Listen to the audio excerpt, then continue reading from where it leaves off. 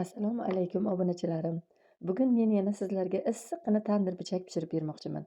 Kecha ishdan kelib, qo'shni kelin, o'g'ilchasi uchalamiz dalaga sho'ra terishga chiqdik. O'zimizni uyni oldidan yo'lni narigi tarafidan tersak ham bo'lardi. Yo'lda mashinalarning shovqin-suroni, changini aytmaysizmi? Shu uchun uchalamiz dalaga qarab yo'l oldik va bug'doyzorni atrofidagi yashnab turgan sho'ralarni terib-terib keldik. Dalani havosi, atrofi biram fayzli, yam-yashil, odamni ko'zi quvonadi. Qo'shnimizni o'g'ilchasi bitta kichkinagina buzoqcha chopilab yurgan ekan, zakashni atrofida ko'rib qoldi va "Ona, shu buzoqchani olib ketaylik, o'zim qarayman" deb qoldi. Biz kulib-kulib "Ushla, ushlasang olib ketamiz" dedik va yo'limizga davom etdik. Kecha havo biram yaxshi edi.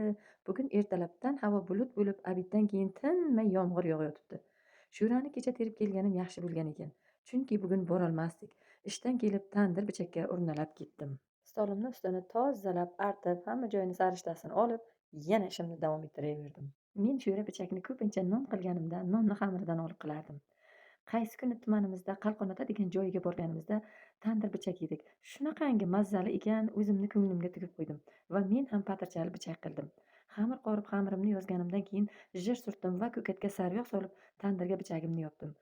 Aslida biz duxovkaga qilsak xuddi shunday qilar edik.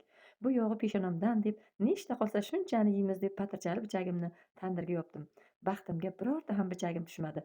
Hammasi bir-biridan chiroyli bo'lib chiqdi. Tandirim albatta yer tandir. Ozgina o'tinga ham qizib, cho'g'i yaxshi bo'ladi. Men 18 ta pichak qildim. Tandirimga bemalol 45 ta, 50 ta pichak ketadi, aylantirib yopsa. Aziz obunachilarim, sizlardan iltimos, yurakchani qizartirib, layklarni bosib, soобщениyalar yozib qo'yarsizlar degan umiddaman. Va shu qatorda men ham sizlarga o'z javobimni yozib qo'yaman. Azizlarim, ko'rishguncha sog' bo'lib turasizlar.